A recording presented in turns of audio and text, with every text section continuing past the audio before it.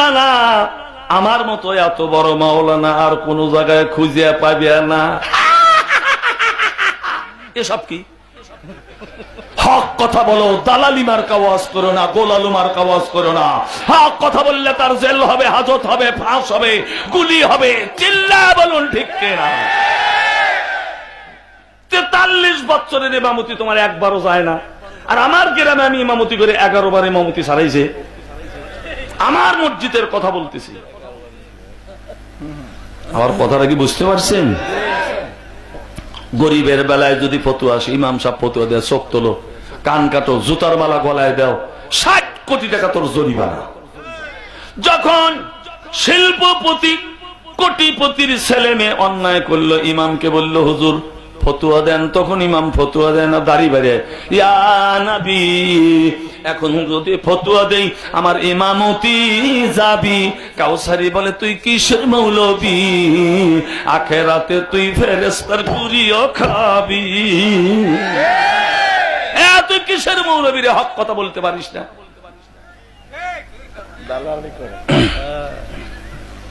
আপনারা তো রাগিয়ে যাইতেছেন, তা তো আমি বুঝতেছি।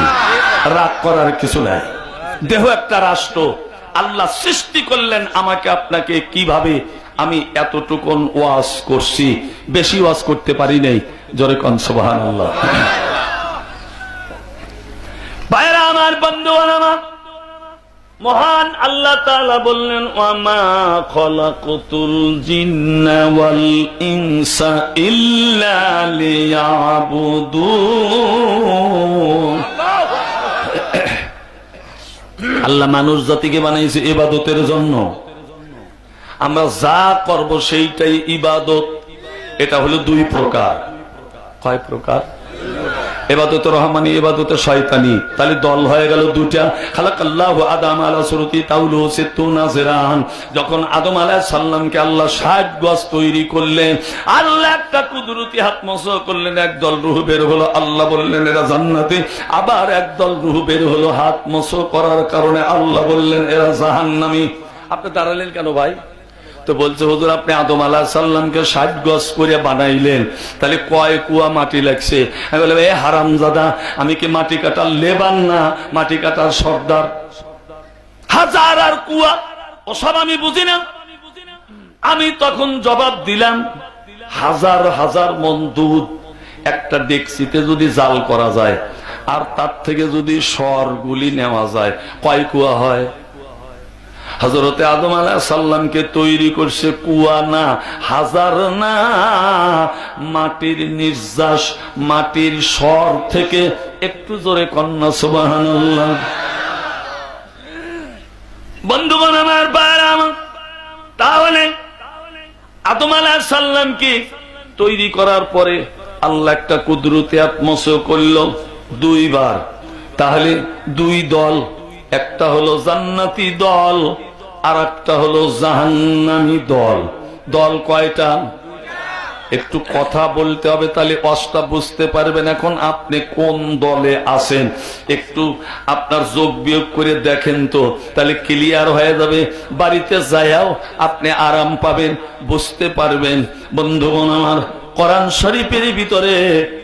শরীফের ভিতরে প্রত্যেকটা সূরায় বিসমিল্লাহ দিয়া আল্লাহ শুরু করছে, তবে একটা সূরায় বিসমিল্লাহ নাই।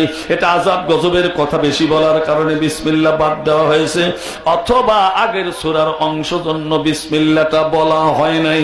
এবার আল্লাহ যদি প্রত্যেকটা সূরার প্রথমে বিসমিল্লাহ লাগায়া সূরা স্টার্ট করিয়া থাকে, আমরা জীবনে যত কাজ করব বিসমিল্লাহ ছাড়া হবে না। গরু ছাগল ভেড়া বকরি উট দুম্বা জব করবেন, বলতে হবে বিসমিল্লাহি আল্লাহু আকবার। কোরআন শরীফ পড়বেন বিসমিল্লাহির রহমানির রহিম। একটা মানুষকে কবরে রাখলে বিসমিল্লাহি ওয়া আলা মিল্লাতি রাসূলিল্লাহ, বিসমিল্লাহ ছাড়া আপনার চলার কোনো পথ নাই। বিসমিল্লাহর ভিতরে 19টা অক্ষর আছে। একটু হাদিস শুনুন। وعن ابي هريره رضي الله تعالى عنه قال قال رسول الله صلى الله عليه وسلم لولا تسميه لهلك البريه.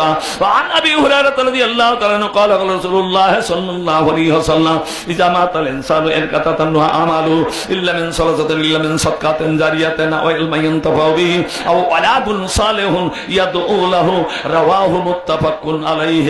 একটু সুবহানাল্লাহ কি জোরে বলা যায়? 19 অক্ষরের আল্লাহ বিসমিল্লাহ বানাইছে। আমার আপনার দেহের ভিতরে 29টা 28টা 30টা আরবি অক্ষর আছে। মাথা হলো মিম, হাত হলো হা, পেট হলো দ্বিতীয় মিম, পা হলো দাল। একটু সুবহানাল্লাহ বলে না?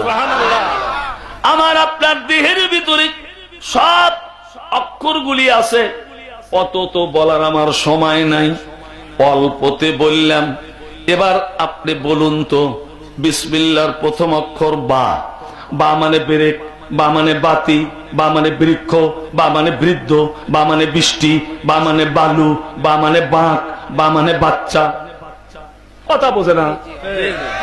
বা মানে দ্বারা দিয়া কর্তৃক।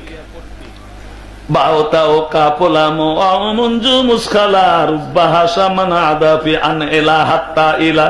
আমরা গ্রামার পড়ছি এইভাবে, কথা বলছেন না? আর এখন হইছে বাংলা, সব হইছে জংলা, নাম রাখছে মংলা। খাইতে খায় কামলা, জীবনে পায় না কমলা। লা ইলাহা ইল্লাল্লাহ, কালেমা লা ইলাহা ইল্লাল্লাহ। খেয়াল করি না, লা ইলাহা ইল্লাল্লাহু মুহাম্মাদুর রাসূলুল্লাহ সাল্লাল্লাহু আলাইহি ওয়াসাল্লাম। আমার আপনার দুইটা চোখ আছে, একটা হলে কি হইতো, একটা হলে হইতো না। কারণ এই ঠোঁটটা হলো সা, এই যে নাকের দুইটা ছিদ্র আর এই নাকের ডগা, এটা হলো 3 নোক্তা, এটা হলো সা। আর এই দুইটা চোখ হলো তা। আল্লাহ বললেন, বান্দা যদি কিছু খাস হালাল খা, দেখিয়া খা, সুখিয়া খা। খালি সব সব করে দিও না, যা আসে মোছে থাকে না, দাড়িত বাজে না। পড়লে তাহাজ্জুদ চুরি করা, আলু ভর্তা চুরি করা, শাক ভর্তা।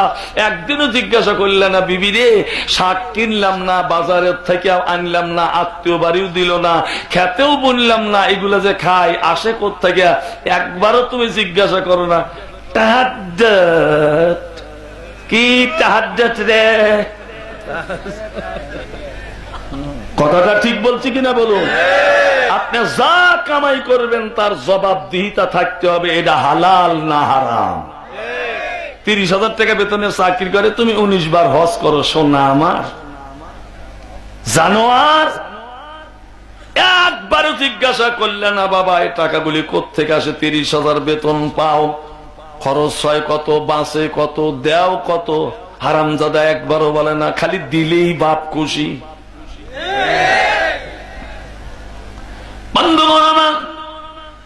তাহলে আমি বলতেছি, আল্লাহ বিসমিল্লাহ দিয়া সব সূরা শুরু করছে। আপনারা ভালো করে বুঝবেন, যারা পৃথিবীর জমিনে কাজের শুরুতে বিসমিল্লাহ পড়ে, বিসমিল্লাহ ব্যবহার করে, তারা হলো জান্নাতি দলের লোক। মুরব্বী আপনার নাম কি? জি, শফিকুল ইসলাম জোয়ারদার। আচ্ছা, আপনি একটা সত্য কথা বলবেন তো, আপনি সব কাজে কি বিসমিল্লাহ পড়তে পারেন না? ভুল হয়? ভুল হয়, ইয়েস, এটাই সঠিক। তাহলে আমরা সবাই জোয়ারদার। একটা ভাত টিপ দিলে পুরা পাতিলের ভাত কেমন আছে বোঝা যায়, কথা ঠিক কিনা বলুন? তবে আজকে কোরআনের মাহফিলে কোরআনের সামনে 2 হাত তুলে স্লোগান দেওয়া লাগবে, হুজুর আর জীবনে বিসমিল্লাহ ছাড়বো না, বিসমিল্লাহ দিয়া আমরা সব কাজ করব। কারা কারা রাজি? নারায়ে তাকবীর, নারায়ে তাকবীর, আল্লাহু আকবার। হাত নামান। আজকে আপনারা কোরআনের সামনে ওয়াদা করলেন আর জীবনে স্ত্রী মারব না, কারণ স্ত্রী মারার সময় বিসমিল্লাহ নাই। আপনি আর বিড়ি, সিগারেট, নেশা, ইয়াবা, ফেন্সিডিল, বাবা, আটা এগুলো আর খাবেন না, এর ভিতরে বিসমিল্লাহ নাই। আজকে ওয়াদা করলেন জীবনে দাড়ি কাটবো না, দাড়ি কাটায় বিসমিল্লাহ নাই। আপনি আজকে ওয়াদা করলেন দুধে পানি, খাদ্যে ভেজাল, ওজনে কম, এগুলা করব না, এর মধ্যে বিসমিল্লাহ নাই। আপনি সব কথা বলেন না কেন? আছে কি বিসমিল্লাহ? নাই। তার মানে হলো যে কাজ করবেন যদি বিসমিল্লাহ দিয়া করা যায়, মনে করবেন এইটা জান্নাতি কাজ, ওই ইবাদত আল্লাহ পাবে, তাছাড়া ও কাজ করা যাবে না, যাবে না, যাবে না, জীবন গেলেও না। बुत सिक्किम उठ गए बाकी जू रहे बुत गर है, हा इब्राहिम पे दर और पैसर आजर है, पैरूबी अबू हनीफा की सनद जंदन है, हम बोली